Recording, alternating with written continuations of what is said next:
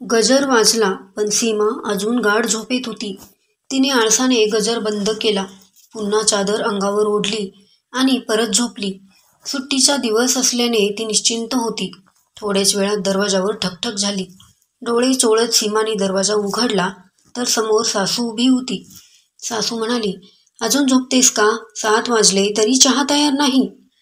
सीमा आळसावलेल्या आवाजात म्हणाली, आई तुम्ही चहा करून घ्या ना. हे ऐकून सासूचा संताप अनावर झाला. ती चिडून म्हणाली, मी चहा करायचा आणि तू आराम करायचा का? घरातले सारे काम मीच करू का? सीमा चेहऱ्यावर नाराजी आणत म्हणाली, तुम्हीच काल बोललात ना की मी दिवसभर काहीच करत नाही. मग आजपासून मी खरंच काहीच करणार नाही. प्रत्येकाने स्वतःची कामं स्वतःच करावीत. असे म्हणत सीमा परत झोपायला गेली. सासूच्या मनात चीड साचली होती. ती तोंड वाकडं करत स्वयंपाकघरात गेली आणि भांड्यांची धडाधड सुरू झाली. भांड्यांचा आवाज असा येत होता की जणू आपापसात भांडत आहेत. हा आवाज ऐकून सीमाचा नवरा माधव जागा झाला. तो चिडून म्हणाला, सीमा तुझी तर हद्दच झाली. तू वेळेवर एकही काम करत नाहीस. इतक्यात सासूही येऊन भरभरून तक्रारी करू लागली. पूर्ण घर अस्ताव्यस्त आहे. तुझी बायको नीट एकही काम करत नाही. कपडे धुण्यासाठी मशीन आहे, पाणी घरातच आहे. 2 मुलं आहेत जी शाळेत जातात, तरीही घरामध्ये लक्ष नाही. सीमा म्हणाली, अहो सासूबाई काय बोलता तुम्ही? मुलांच्या अभ्यासापासून ते सर्व जबाबदारी मीच उचलते.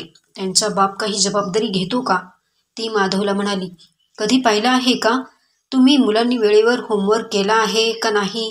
कित्येक वर्षांपासून मीच शिकवते आहे, पण याबद्दल कुणी कधी कौतुक केलं नाही, कधी विचारपूसही केली नाही. मुलांचा अभ्यास कसा चालू आहे? आज जर मी मुलांचा होमवर्क केला नाही तर लगेच मला दोष दिला जातो. सीमा दुःखी स्वरात म्हणाली, गेले 2 दिवसापासून मी मुलांना स्वतःहून होमवर्क करण्यास सांगत आहे, पण ते करण्यास तयार नाहीत.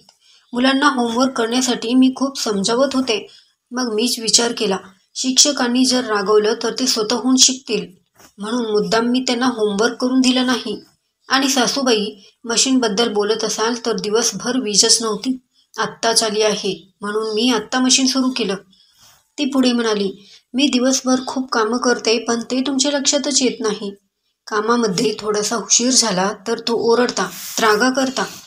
माझं सोडा, पण माधव तुम्ही सांगा ना, ऑफिसला जाण्याशिवाय घरातलं कोणतं काम तुम्ही करता? तिच्या बोलण्याने माधव शांत झाला. सीमा गेल्या कित्येक वर्षांपासून घरातल्या प्रत्येक जबाबदाऱ्या निभावत होती. मुलांना शाळेत सोडणं, आई वडिलांना हॉस्पिटलमध्ये घेऊन जाणं, त्यांची औषधे वेळेवर आणणं, कोणती संपलीत कोणती द्यायची हे सगळं तिलाच पाहावं लागत होतं. पती माधव ऑफिसला गेला की घरात किती कामं असतात याची त्याला जाणीवच नव्हती. रविवारी त्याला सुट्टी असायची, पण त्याला एखादं काम सांगितलं की तो लगेच उत्तर द्यायचा, आज माझी सुट्टी आहे. सीमा विचार करू लागली, मला कधी सुट्टी असते? या घरात पाऊल ठेवल्यापासून 9 वर्ष मी एक दिवसही विश्रांती घेतली नाही.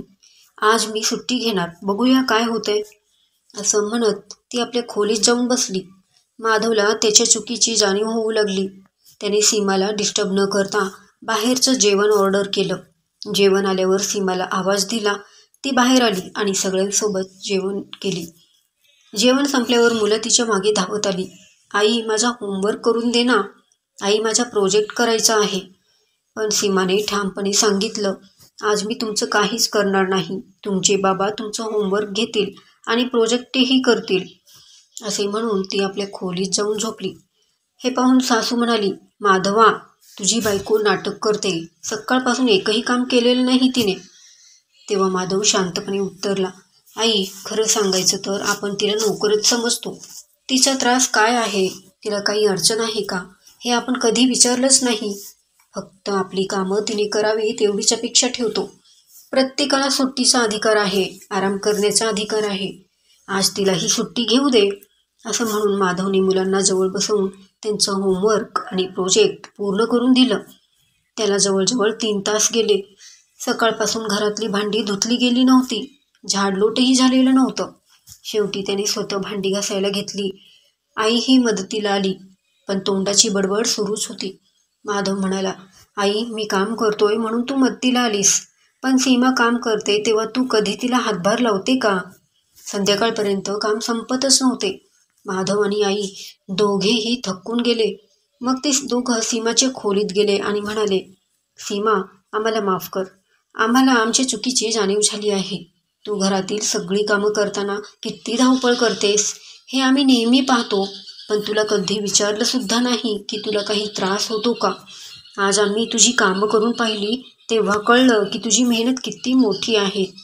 म्हणून आजपासून तुला तुझ्या हक्काची सुट्टी नक्की मिळेल.